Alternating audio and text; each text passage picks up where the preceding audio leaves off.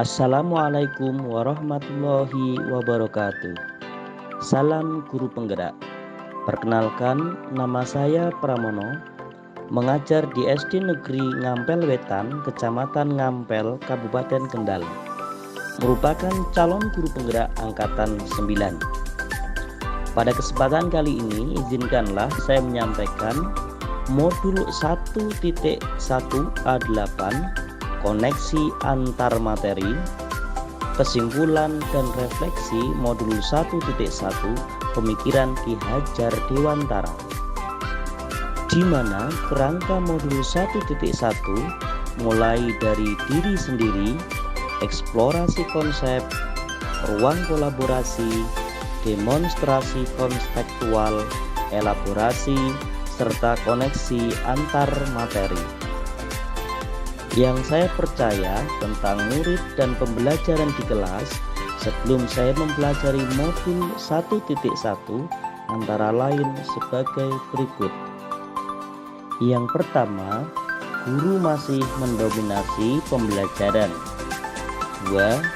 Kurang mampu dalam mendesain pembelajaran. Yang ketiga, pembelajaran masih berpusat pada guru. Yang keempat, masih sering menggunakan metode ceramah. Dalam proses pembelajaran, saya selalu menginginkan siswa harus selalu mengikuti perintah saya, dengan harapan siswa akan memahami materi dengan cepat. Saya jarang melakukan refleksi serta tindak lanjut terkait pembelajaran yang saya ajarkan. Hal ini yang dapat menyebabkan saya kurang dapat mengetahui sejauh mana keberhasilan pembelajaran saya. Pemikiran saya berubah setelah mempelajari modul 1.1, yaitu untuk yang pertama, pendidikan memerdekakan. Yang kedua, pendidikan menuntun. Yang ketiga, pendidikan sesuai kodrat alam dan kodrat zaman. Pendidikan menuntun menurut Ki Hajar Dewantara. Pendidikan adalah tuntunan di dalam hidup tumbuhnya anak-anak agar mereka sebagai manusia dan anggota masyarakat dapatlah tercapai keselamatan dan kebahagiaan yang setinggi-tingginya. Contoh pendidikan yang menuntun antara lain, guru menuntun siswa sesuai bakat, minat, dan potensinya, menciptakan suasana pembelajaran yang menyenangkan, serta guru sebagai role model yang ditiru baik perbuatan maupun perkataannya. Saya harus mampu menciptakan kultur positif menjadi seorang pendidik. Mendidik dalam arti yang sesungguhnya adalah proses memanusiakan manusia, yakni pengangkatan manusia ke taraf insani.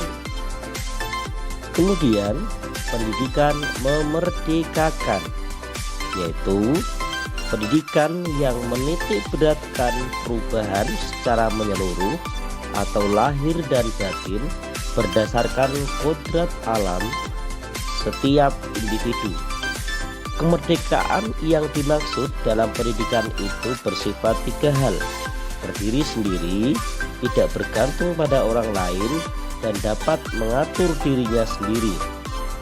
Pendidikan yang memerdekakan mengolah rasa, hati, raga, dan karsa secara seimbang, sehingga dengan keseimbangan ini akan menghasilkan masyarakat yang penuh kebijaksanaan. Pendidikan sesuai kodrat alam dan kodrat zaman. Saya semakin sadar bahwa pendidikan sejatinya menuntut anak mencapai kekuatan kodratnya sesuai alam dan zaman. Kodrat alam yaitu pendidikan harus disesuaikan dengan kondisi alam dan kultur budaya dari anak berada. Anak yang berada di daerah pantai akan berbeda kultur budayanya dengan anak yang berada di daerah pertanian atau pegunungan. Sehingga proses pendidikannya pun juga harus berbeda. Kodrat zaman yaitu keadaan zaman anak tumbuh.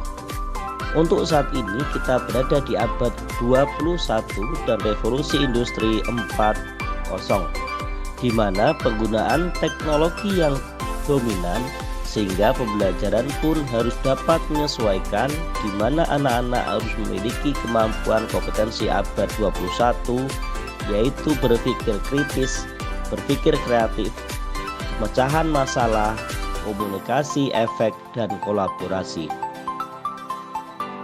Implementasi yang saya lakukan di kelas antara lain membantu dan memotivasi agar mereka dapat tumbuh maksimal sesuai potensi dan kemampuannya, membimbing dan mengarahkan untuk mengikuti perkembangan zaman, mendorong siswa untuk memiliki kemampuan serta keterampilan di era digitalisasi. Demikian yang dapat saya sampaikan. Akhirul kalam. Wassalamualaikum warahmatullahi wabarakatuh.